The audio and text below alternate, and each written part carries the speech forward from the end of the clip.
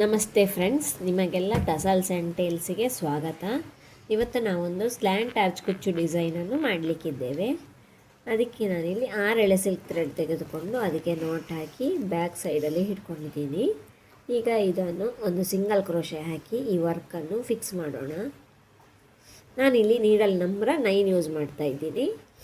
ಈ work fix ಆದಮೇಲೆ ಇನ್ನು 5 ಚೈನ್ ಸ್ಟಿಚ್ಚು ಹಾಕೋಣ. 1 2 3 4 5. ನಾನು ಚೈನ್ ಸ್ಟಿಚ್ಚು ಹೇಗೆ ಹಾಕೋದು ಅಂತ ಆಲ್ರೆಡಿ ನನ್ನ ಚಾನಲಲ್ಲಿ ಅಪ್ಲೋಡ್ ಮಾಡಿದ್ದೀನಿ, ಬೇಕಾದವರು ನೋಡಿ. ಇದು ಎಲ್ಲಿಗೆ ಬರ್ತದೆ ನೋಡಿ, ಅಲ್ಲಿಗೆ ಒಂದು ಸಿಂಗಲ್ ಕ್ರೋಶೆ ಹಾಕೋಣ. ಈ ವರ್ಕ್ ಇಲ್ಲಿಗೆ ಬರ್ತದೆ. ವರ್ಕು ಎಲ್ಲಿಗೆ ಬರ್ತದೋ ಅಲ್ಲಿಗೆ ಹಾಕೋಬೇಕು. ಸ್ವಲ್ಪ ಮುಂದೆ ಹಿಂದೆ ಮುಂದೆಲ್ಲ ಮಾಡಬಾರ್ದು. ಹಾಗೆ ಮಾಡಿದರೆ ಬಟ್ಟೆ ರಿಂಕಲ್ಸ್ ಆಗ್ತದೆ. ಇನ್ನು ಇವಾಗ ಸಿಂಗಲ್ ಕ್ರೋಶೆ ಆದಮೇಲೆ ರಿಪೀಟ್ 5 ಚೈನ್ ಹಾಕಿಕೊಳ್ಳೋಣ. 1 2 3 4 5. ಈ 5 ಚೈನ್ ಆದಮೇಲೆ ವರ್ಕನ್ನು ಬ್ಯಾಕ್ ಸೈಡಿಗೆ ಟರ್ನ್ ಮಾಡಿ ಈ ಸಿಂಗಲ್ ಸ್ಟಿಚ್ಚಿನೊಳಗಡೆ ಹಾಕೋಬಾರ್ದು. ಚೈನ್ ಸ್ಟಿಚ್ಚಿದು ಲೂಪ್ ಇದೆ ಅಲ್ಲ, ಅದರ ಲಾಸ್ಟಲ್ಲಿ ಒಂದು ಸಿಂಗಲ್ ಕ್ರೋಶೆ ಹಾಕಿಕೊಳ್ಳೋಣ.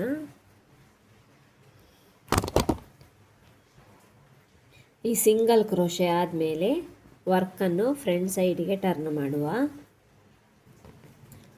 ಈ ಒಂದು ಸಿಂಗಲ್ ಕ್ರೋಶೆ ಹಾಕಿ ಫಿಕ್ಸ್ ಮಾಡಿದ್ವಲ್ಲ, ಇನ್ನು ಇದರ ಒಳಗಡೆ 10 ಡಬಲ್ ಕ್ರೋಶೆ ಮಾಡಿಕೊಳ್ಳೋಣ. ಈ 2 ಲೂಪು ಒಟ್ಟಿಗೆ ಇರಬೇಕು,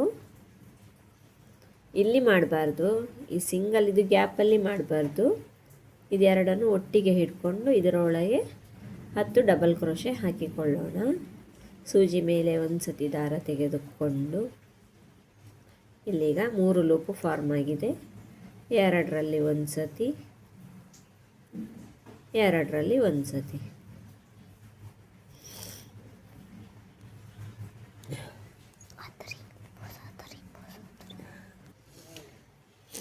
ಇನ್ನು ಪುನೊಮ್ಮೆ 2ರಲ್ಲಿ ಒಂದು ಸತಿ.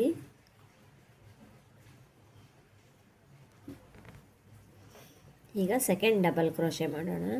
ಡಬಲ್ ಕ್ರೋಶೆ ಮಾಡುವಾಗ ಅದರ ಲೆಂತ್ ಎವ್ರಿ ಟೈಮ್ ಒಂದೇ ಲೆಕ್ಕ ಇಟ್ಕೋಬೇಕು, ಇಲ್ಲದಿದ್ದರೆ ವರ್ಕ್ ಹಾಳಾಗುವ ಚಾನ್ಸಸ್ ಇರ್ತದೆ.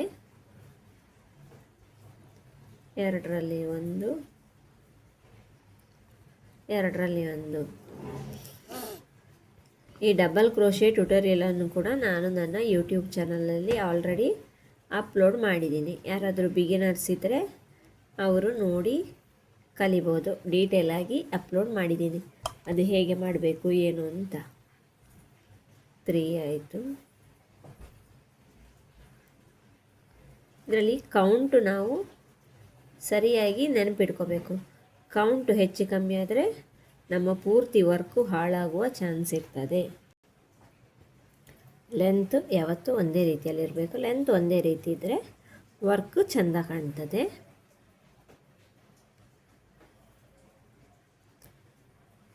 ಇದರಲ್ಲಿ 10 ಡಬಲ್ ಕ್ರೋಶೆ ಹಾಕ್ತಾ ಹೋಗುವ ನಾವು. ನಂದೀಗ 5 ಆಗಿದೆ, ಇದು 6.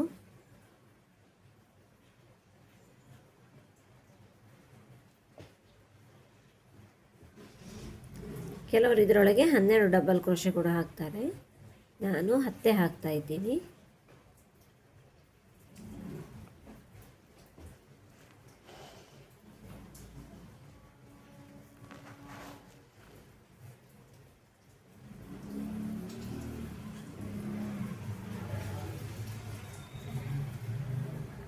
ಇದು ಲಾಸ್ಟ್ ಒನ್.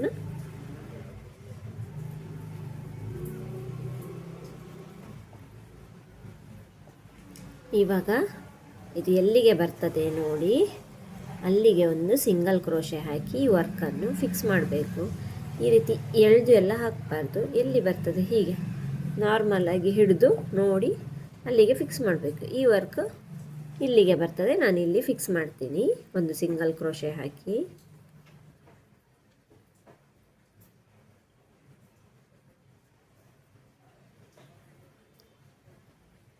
ಇನ್ನು ಇವಾಗ ಇದಕ್ಕೆ ನಾನು 6 mm ಇದು ಒಂದು ಕ್ರಿಸ್ಟಲ್ ಬೀಡ್ ತೆಗೆದುಕೊಳ್ತೀನಿ.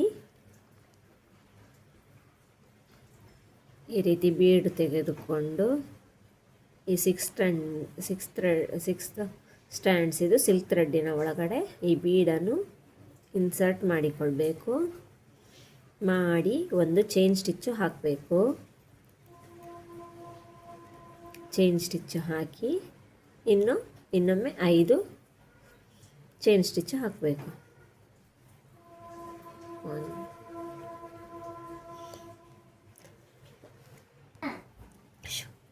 1 2 3 4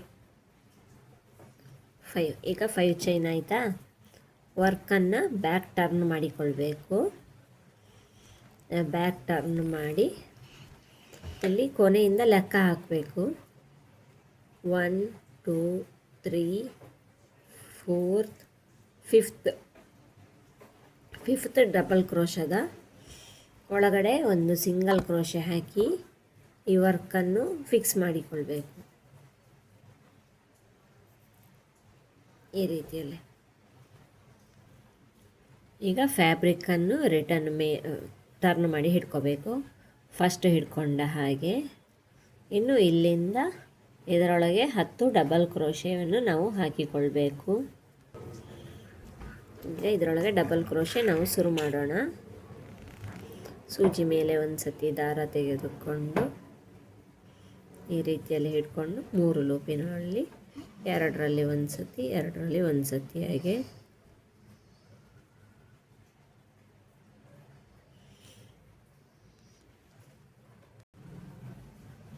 ಇಲ್ಲಿ 1 ಆಗಿದೆ. ಇನ್ನು 9 ಹಾಕೋಬೇಕು. ರಿಮೇನ್ ಲೆಂತು ಒಂದೇ ಲೆಕ್ಕ ಇಟ್ಕೊಂಡಿರಬೇಕು ಡಬಲ್ ಕ್ರೋಶೆ ಹಾಕುವಾಗ, ಇಲ್ಲದಿದ್ದರೆ ವರ್ಕ್ ಹಾಳಾಗ್ತದೆ.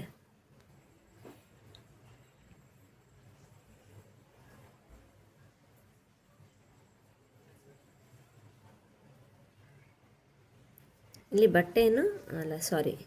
ದಾರವನ್ನು ತುಂಬ ಟೈಟ್ ಹಿಡಿಬಾರ್ದು, ಹದ ಹಿಡಿಬೇಕು. ಟೈಟ್ ಹಿಡಿದ್ರೆ ಈ ದಾರ ನಮಗಿಲ್ಲಿ ಎಳಿಲಿಕ್ಕೆ ಬರೋದಿಲ್ಲ. ಬೇಕಾದಾಗ ಹೀಗೆ ಕೈಯದು ದಾರ ಮುಗಿದ್ರೆ ಇದೇ ರೀತಿಯಲ್ಲಿ ಸುತ್ತಿಕೊಂಡು ಹಿಡ್ಕೊಂಡು ಹೋಗಬೇಕು. ನಮಗೆ ಬೇಕಾದ ಹಾಗೆ ಅಡ್ಜಸ್ಟ್ ಮಾಡಿಕೊಂಡು ಹಿಡ್ಕೊಂಡ್ರೆ ಆಯಿತು. ಒಮ್ಮೆಗೆ ತುಂಬ ಎಳೆ ಸುತ್ತಿಕೋಬೇಕು ಅಂತಲೂ ಇಲ್ಲ, ಎಷ್ಟು ಬೇಕೋ ಅಷ್ಟನ್ನೇ ಸುತ್ತಿಕೊಂಡು ಹೋದರೆ ಆಯಿತು. ನೋಡಲಿಕ್ಕೆ ಡಿಸೈನು ಟ್ರಿಕ್ಕಿ ಅಂತ ಅನ್ನಿಸ್ಬೋದು, ಆದರೆ ಈ ಡಿಸೈನಲ್ಲಿ ಹೇಳುವಷ್ಟೇನು ಟ್ರಿಕ್ ಇಲ್ಲ. ತುಂಬ ಚೆಂದದ ಡಿಸೈನು. ವಿಡಿಯೋನೊಂದು 2 ಸತಿ ನೋಡಿದರೆ ಬಿಗಿನರ್ಸ್ ಕೂಡ ಈ ಡಿಸೈನನ್ನು ಹಾಕಬಹುದಾಗಿದೆ.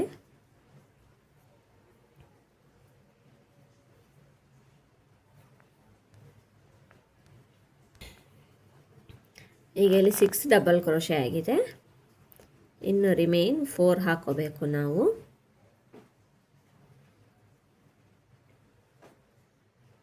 ಇದು 7th ಒನ್.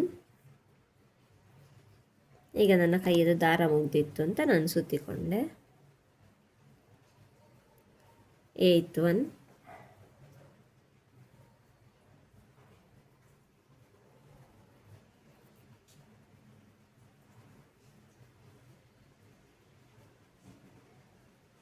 9th.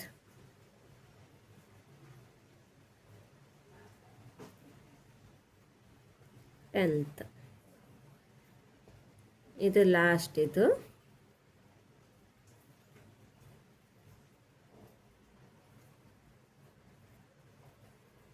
ಇವಾಗ ಏನು ಮಾಡಬೇಕು ಅಂದರೆ ಇದು ಎಲ್ಲಿಗೆ ಬರ್ತದೆ ಅಂತ ನೋಡ್ಕೋಬೇಕು. ವರ್ಕ್ ಅಲ್ಲಿ ಒಂದು ಸಿಂಗಲ್ ಕ್ರೋಶೆ ಹಾಕಿ ವರ್ಕನ್ನು ಫಿಕ್ಸ್ ಮಾಡಿಕೊಳ್ಳೋಣ. ಈ ವರ್ಕ್ ಇಲ್ಲಿಗೆ ಬರ್ತದೆ, ಇಲ್ಲಿ ಸಿಂಗಲ್ ಕ್ರೋಶೆ ಹಾಕಿ ಫಿಕ್ಸ್ ಮಾಡಿಕೊಳ್ಳೋಣ.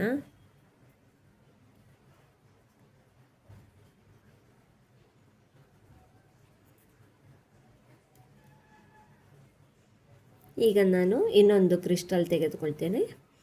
ನಿಮಗೆ ಕ್ರಿಸ್ಟಲ್ ಇಷ್ಟ ಆಗೋದಿದ್ರೆ ನಿಮ್ಗೆ ಯಾವ ಬೀಡ್ಸ್ ಬೇಕಾದರೂ ತೆಗೋಬೋದು. ನಿಮ್ಮ ಸೀರೆಯಲ್ಲಿ ಸಿಲ್ವರ್ ಜರಿದ್ರೆ ಸಿಲ್ವರ್ ಬೇಡು, ಸಪೋಸ್ ಗೋಲ್ಡ್ ಜರಿದ್ರೆ ಗೋಲ್ಡ್ ಬೇಡು, ಹಾಗೆ ಕಾಪರ್ ಆದರೆ ಕಾಪರು, ಯಾವ ಬೀಡ್ಸ್ ಬೇಕಾದರೂ ತೆಗೋಬೋದು.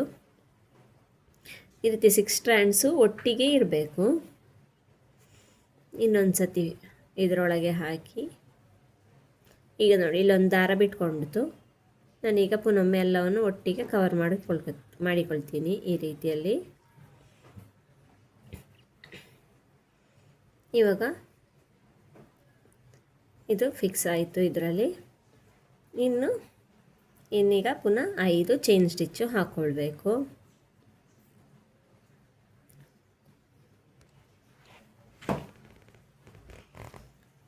2 3 4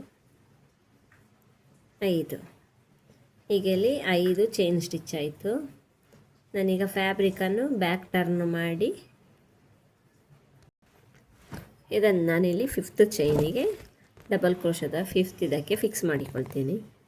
1 2 3 4 5 ಇಲ್ಲಿಗೆ ಬರ್ತದೆ. ಇಲ್ಲಿ ಫಿಕ್ಸ್ ಮಾಡಿ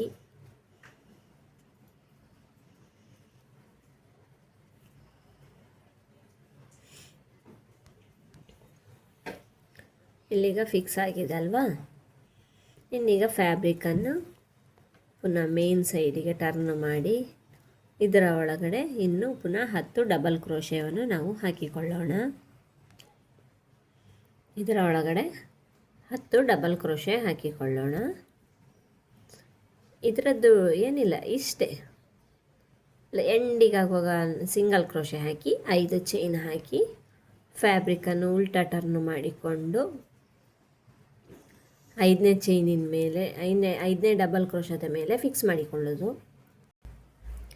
ಪುನಃ ಫ್ಯಾಬ್ರಿಕನ್ನು ಸೀದಾ ಟರ್ನ್ ಮಾಡಿಕೊಂಡು ಡಬಲ್ ಕ್ರೋಶೆ ಹಾಕಿಕೊಂಡು ಹೋಗೋದು. ಈಗ ನಾನು ಇದರೊಳಗೆ ಡಬಲ್ ಕ್ರೋಶೆ ಹಾಕಿ ಇದನ್ನು ಫಿಲ್ ಮಾಡ್ತೀನಿ.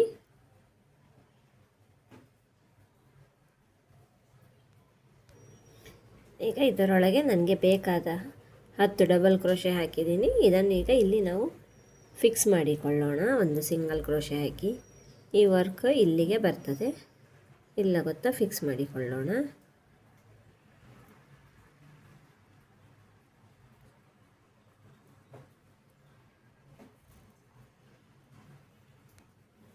ಇನ್ನೊಂದು ಕ್ರಿಸ್ಟಲ್ ಬೀಡು ಹಾಕಿಕೊಂಡು ಕ್ರಿಸ್ಟಲ್ ಬೀಡನ್ನು ಇದರೊಳಗೆ ಫಿಕ್ಸ್ ಮಾಡುವ ಸ್ಟಿಚ್ಚಿನೊಳಗಡೆ.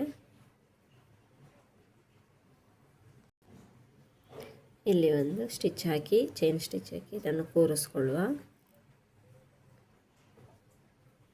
ಈಗ ವರ್ಕ್ ಈ ರೀತಿಯಲ್ಲಿ ಕಾಣ್ತದೆ. ನಾನು ಇನ್ನೊಂದು 2 3 ಮಾಡಿ ಕೊನೆಯಲ್ಲಿ ಇದು ಹೇಗೆ ಬರ್ತದೆ ಅಂತ ತೋರಿಸಿ, ಅದು ವರ್ಕ್ ಹೇಗೆ ಎಂಡ್ ಮಾಡೋದು ಅಂತಲೂ ತೋರಿಸಿಕೊಡ್ತೀನಿ.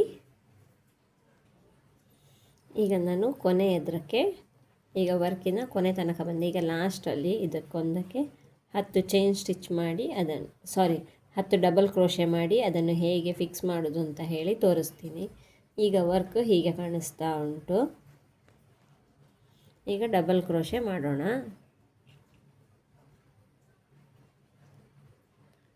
ಡಬಲ್ ಕ್ರೋಶೆ ಮಾಡಿ ಕೊನೆಯಲ್ಲಿ ಅದನ್ನು ಹೇಗೆ ಎಂಡ್ ಮಾಡ್ತೇವೆ ಅಂತ ತೋರಿಸ್ತೀನಿ. ಇವಾಗ ಇಲ್ಲಿ 9th ಡಬಲ್ ಕ್ರೋಶೆ ಆಯಿತು. ನಾನು 10th ಡಬಲ್ ಕ್ರೋಶೆ ಹಾಕಿಕೊಳ್ತಾ ಇದ್ದೀನಿ.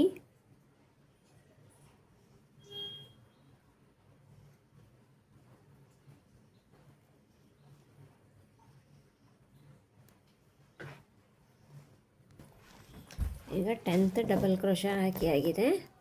ವರ್ಕ್ ಎಲ್ಲಿಗೆ ಬರ್ತದೆ ನೋಡಿ ಅಲ್ಲಿಗೆ ಎಂಡ್ ಮಾಡಬೇಕು. ಇದು ಇಲ್ಲಿಗೆ ಬರ್ತದೆ, ಇಲ್ಲಿ ಎಂಡ್ ಮಾಡಿಕೊಳ್ಳೋಣ. ಆ್ಯಸ್ ಯೂಶ್ವಲ್ ಸಿಂಗಲ್ ಕ್ರೋಶೆ ಹಾಕಿ ಇದನ್ನು ಫಿಕ್ಸ್ ಮಾಡಿ